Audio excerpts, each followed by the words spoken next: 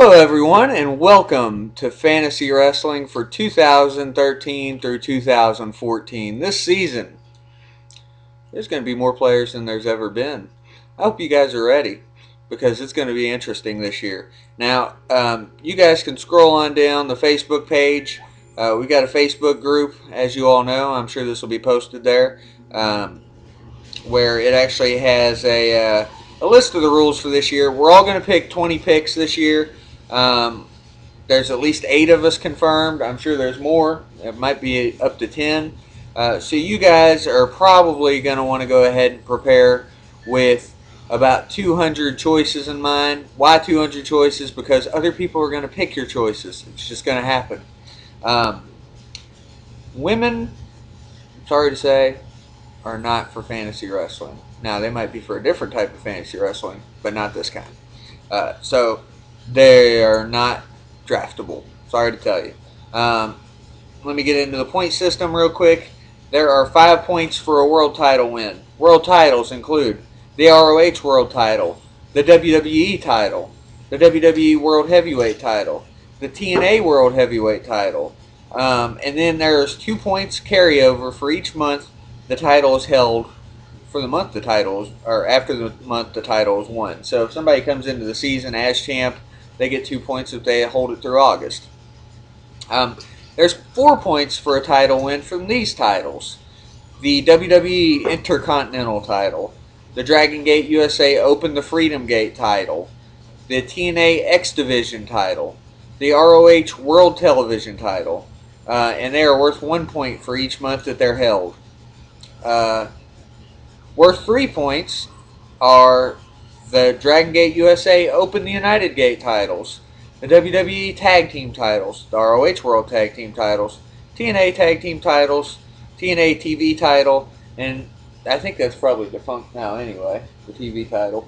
So we can go ahead and disqualify it unless it actually comes back. The WWE United States title is also worth 3 points. And then these indie titles are actually worth 3 points for a title win and 1 point for each successful title defense. By the way, the ones previously were 1 for each month of carryover. PWG World Title is worth 3 points for a win, meaning if you have a wrestler that wins the title, well, it's worth 3 points for that wrestler. Same for the CZW World Title, meaning Drew Gulak yesterday would have got somebody 3 points. The Chikara Grand Championship, if it still exists, is worth 3 points. The All Japan Triple Crown, the IWGP Heavyweight title in New Japan, the GHC Heavyweight title in Noah, the Dragon Gate Open the Brave Gate title in Japan, and the Evolve title. These are all worth 3 points. They're worth 1 point for each successful title defense. So every time somebody defends that title successfully, it's worth 1 point. It's 2 points for a title win for any other indie title not listed in the 3-point category, 1 point for each successful title defense. And then it's 2 points for a major accomplishment.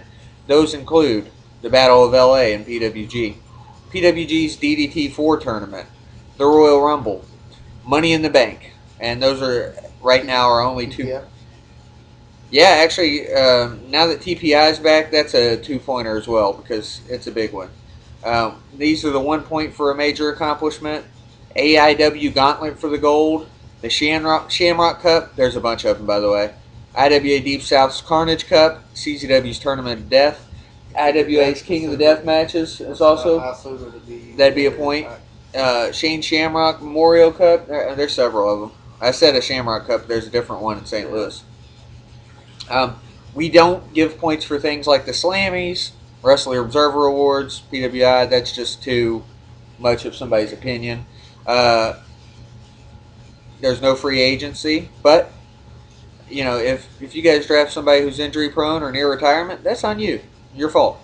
We'll allow trades if the majority approves of that in the Fantasy Wrestling group on Facebook or on Twitter at Fantasy Wrestling. FANTASYRASSLIN. I think all of you follow it, but if you don't, you should. Rule changes should be proposed on Twitter or on Facebook and then voted upon. But there probably won't be too many. There's a trophy that is held by the current champion until they relinquish it to the new champion at SummerSlam.